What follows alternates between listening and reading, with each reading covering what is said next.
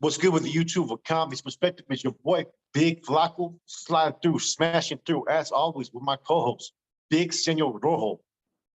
We got that little bit of energy, man. Let's get it cracking, YouTube, man. So today, we're going to talk about the RICO Act. We're going to talk about the first ever RICO used against a prison gang ever in the United States of California, and that was against Nuestra Familia. And to understand the RICO Act, before we get into this article we have, right? To understand the RICO Act, it wasn't first intended to go after prison gangs. It was first intended to go after the Italian mafia as a racketeering influence, of corrupt organizations. That's what it stands for. And it was based upon to try to get everybody from the top on down, whether you were engaged in a crime or not, but if you were associated with it, you could be indicted. And it carried a whole different statute of consequences and punishment and sentencing guidelines, as opposed to if you catch a similar case that's not influenced by gang enhancements or RICO Act, you get less time. So this was a way for them to go after the top leadership and everyone down that pyramid. So without further ado, we're going to discuss this first article, man. And we have some interesting additional input to provide about this first ever indictment ever against a prison gang, which was the Nuestra Familia. From here, we'll take it from here. Yeah, this is from UPI Archives, UPI.com, and the article is from January of 1982. The title, 25 members of the Nuestra Familia prison gang indicted. 25 members of the Nuestra Familia prison gang, including its general and first captain, have been indicted on conspiracy and racketeering charges, including murder, robbery, extortion, as well as narcotics trafficking. Leaders of the gang, listed by the state's attorney general as one of the chief sources of organized crime in California, allegedly directed illegal operations throughout Central and Northern California from behind prison walls, officials said. Indicted were Familia leader Robert Rio Sosa and Joe Gonzalez, both currently in prison, along with 23 others. The federal grand jury handed up the indictments last week, and they were unsealed Tuesday. The indictment said the objectives of the racketeering conspiracy included robbery to fill the coffers of the organization and narcotics trafficking, along with extortion and many other means of obtaining illegal, illicit money. The Nuestra Familia was spawned in the California prison system, but starting in about 1975, other chapters, which were called regiments, were established outside of prison walls. The indictment listed Fresno, Salinas, San Jose, Gilroy, Oakland, Stockton, and Santa Paula as Nuestra Familia centers. Also indicted were Arturo Beltran, Kenneth Cassie, Raymond Castaneda, Jose de la Luz Cobos, Raymond Contreras, Jaime Cozad, and Selmo Dominguez, Alfredo Elizalde, Robert Flores, Ronaldo Garcia Jr., David Hernandez, Philip Lopez, Guadalupe Ramirez, Ruben Ceja, Daniel Serrano, Arturo Serrato, William Soto, Sammy Venegas, Ruben Garnica, Manuel M. Montalongo, Eddie Vindola, Cesar Gutierrez, and Alfredo Guerrero. The defendants tried to control prostitution by extorting income from prostitutes, murdering and attempting to murder prostitutes who would not give money to the group, and by murdering and attempting to murder others opposed to the alleged takeover of said prostitution activities. FBI and other agencies have been working on the indictments for more than a year, and a federal grand jury was convened in Fresno early last year to hear evidence gathered in the statewide investigation. In the past 5 years, law enforcement officials have blamed 136 murders on the Nuestra Familia gang members. How many years? In the last 5 years, law enforcement officials have blamed 136 murders on Nuestra Familia gang members. They said many of the victims were gang members who broke the strict membership rules of the Nuestra Familia, Spanish for our family. Most of the alleged gang members named in the indictments were from the San Jose, Salinas, and Fresno County areas, officials said. Fresno County has been a base of gang activity, and officials said between the gang has been linked to 28 murders in the county between 76 and 79. Many of those named in the indictment are in prison on other charges, and federal authorities hope to add as much as 20 to 25 years to their prison terms if they're found guilty in these new charges in these indictments. Law enforcement officials said Nuestra Familia activity has been very, very low key in the last couple of years, but the gang has regained momentum and numbers with the recent release of old members from prison. They said they hoped the new indictments would slow the resurgence of the gang. Wow. Really interesting article, brother. You know what's the first thing that stands out to me, right? And I think you hit it when you read their names, was Sammy Venegas and Cracker Vignola. Yep.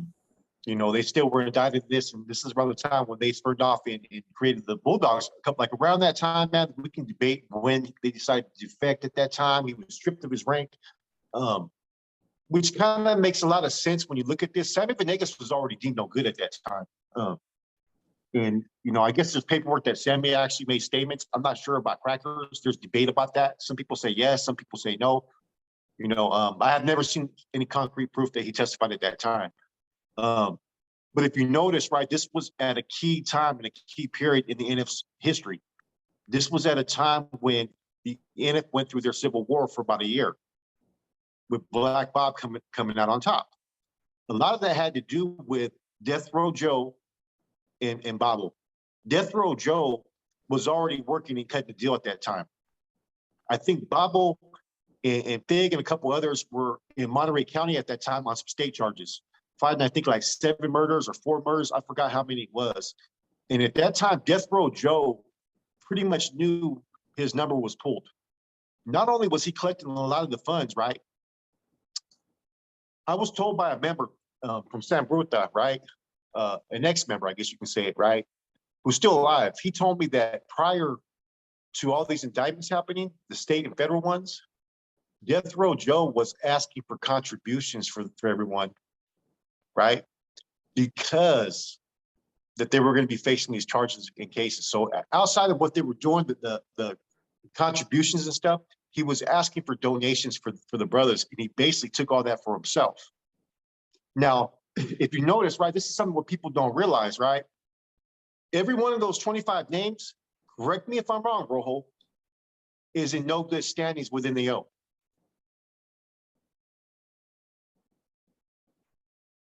Correct. I'm pretty sure. I recognize a couple. Obviously, we know Mr. Sosa. We know Death Row Joe.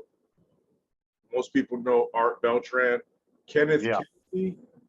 That's like the original famous white NF member known as KC, Kenneth Cassie. Yeah. No good, no good, no good. I know about half of these names. Sammy Venegas, Ruben Garnica. We just did an episode on him recently, last couple of days. He flipped as well. Eddie Vindiola, of course. Yeah, there's no good people left here. Yeah. So this was an interesting time, and I think this had a key part. So we're going to discuss this a little bit different. First of all, the NF were the first ever prison gang to get indicted. A lot of that, I think, stems from the way that they had a chain of command. And it didn't take them that long to go out there. They first started really focusing on establishing regiments by 75, 76. So within a 6-year period, right, they were able to get fairly indicted. A lot of that, they say, the reason why the feds came down so hard upon them was the amount of homicides that were occurring at that time that were contributed to the NF, right? And most of them were NF killings, or there were prostitutions or drug dealers that weren't kicking in. Maybe a small portion of rivals or MA associates, and probably even MA members. You know, I don't even want to get on a debate here, but there's a lot of different names that I've heard over the years from NF members that were active at that time. So not only this, I think this whole indictment was almost had the same effects as Operation Black Widow. You know what I'm saying? Because they were already getting indicted. They were already getting pulled in different cases at that time. And this is where you have that split. And this is why I say Black Bob is probably one of the most influential NF members ever in history. Because during a time of civil war, during a time of being federally indicted, he was able to put together a system that worked, that everybody supported and backed his play with all those that were considered active. You know what I mean? I don't know how much attributed that to the North Daniels that were created in the NR. I have to think that they played a little bit of factor as far as assisting the NF in their bidding. I think Sundown talks about a little bit about it in his book, as well as Fig. But I think the NF were able to align those that were not obligated NF members, not only just as a recruiting pool, but as well as able to do the NF's bidding. These dudes have already been marked. Okay, therefore you're aligned with us. Therefore, make your move. Right. Yeah, you know what's a trip, man, is like you know, this one hit in 1982, man. This was basically, you know, accumulation of all the things that had happened since the inception. And you know, there's been so many different RICO and major indictments against the NF. It has afforded the federal, you know, agencies prosecuting FBI, DOJ, whoever it might be, an opportunity to learn so much about what is going to work legally and with the grand jury, et cetera, what type of evidence. You know, it's been trial and error for so many years that now it's like when they pull the trigger, everybody's done. You know, and what you said about the way the chain of command set up, look at the Black Widow. You know, that's the one I have the most experience with. You know what I mean? And as we mentioned, where did we mention that on a live? I was going to be on the next round of fucking Black Widow sweeps. They were going to have me if it wasn't for the events of 9/11. You know what I mean? They were following me around everywhere. There were so many people involved in that, and a lot of them were in prison. They don't got to follow them nowhere. All they got to do is get lower level people to tell. And because the way the chain of command is set up, you automatically have conspiracy. When you have a group that votes, it's hard to say, well, that dude told me I had to do that. When you have a clear, concise chain of command, the bad stuff is going to roll uphill. You know, usually the S goes downhill. In this situation, it goes up because of the way it's structured. And they've had so many different RICOs in federal cases, they got it down to a science now, man. That's why, like, when we say, you know, you guys hear us talk about the Quiet Storm, Operation this, Operation that, you know, there's been 20 of them now. Everybody's getting found guilty. There's no way around it. They've had practice and practice over the years. It's a done deal.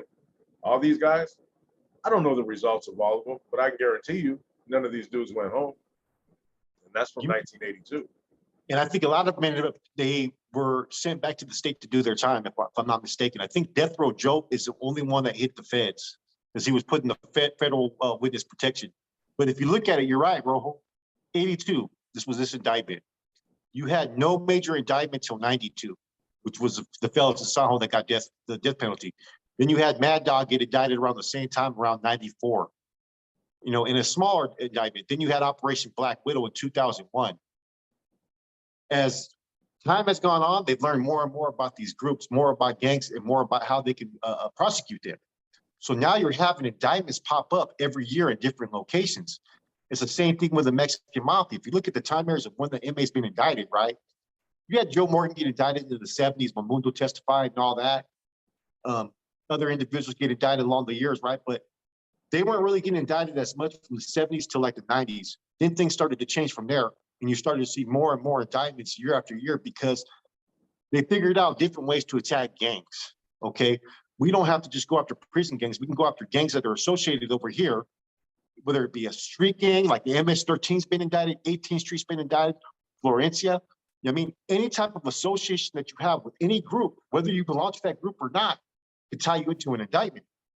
I was talking to someone the other day that was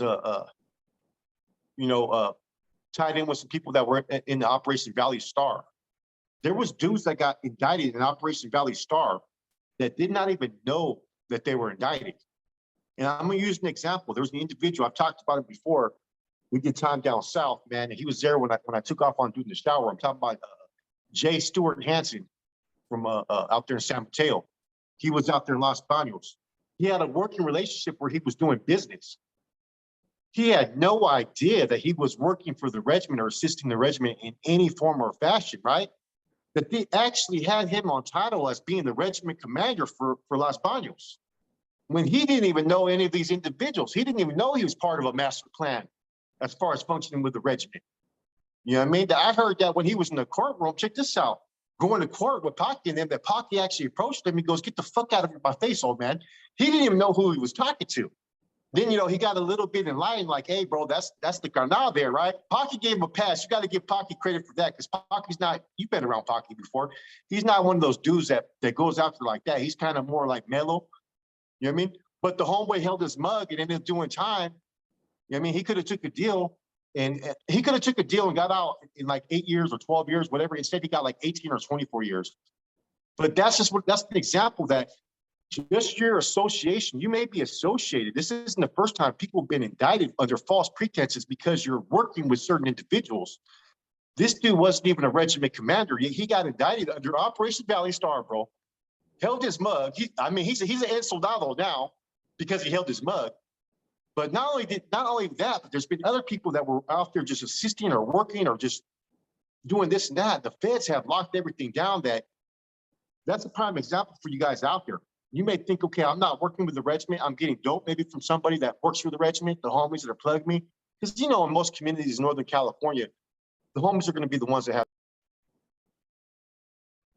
No doubt. Hey, I remember back in the days, bro, having all kinds of people, man, because, you know, me and you have talked about how I did things, and I've mentioned it a little bit, but 80% of the people that I dealt with on the streets, they weren't gang members. You know what I mean? They thought we were just getting paid together, that, you know, we were hustling, we were slanging. You know, they had no idea who I was. They're normal white people, normal, you know, whoever the case might be. And they're holding all kinds of stuff. And little did they know, man, if the feds would have really came after me, there probably would have been 8 or 10, 12 people that have been like, what is the NF? You know what I'm saying? When they showed up at the door with the MP5s and shit, you know? But yeah, I mean, they've been, this is the original reason right here why the NF gets targeted so much. You heard about the numbers about the murders. People get tired of people getting killed. You know, you drive by people selling dope, you're like, God damn it, whatever you say. You drive by people getting killed, it's a little different, you know? Communities get tired of it. Sons, daughters, nieces, nephews get affected by it. And when it all starts pointing back to a particular group, they're going to put every resource they have against that group. And, you know, it's common knowledge that the NF has been claimed to be responsible for well over 500 murders. I can't debate that. I haven't sat there with a piece of paper and a pen and, you know, marked off notches or whatever. You know what I mean? But the number has been significant nonetheless. When violence comes, the feds come. Period. You know, you're always going to have to deal with local narcotics enforcement teams and detectives and gang cops and task force Tuesdays and things of that nature. But when so many people get killed, they're going to throw every resource they have to shut that down, because they get pressure from everywhere.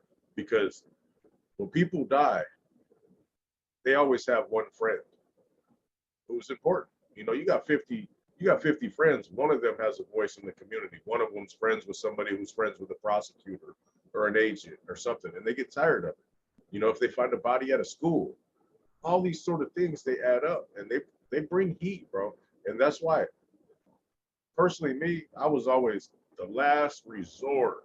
The very, very last resort is always violence, not the first option.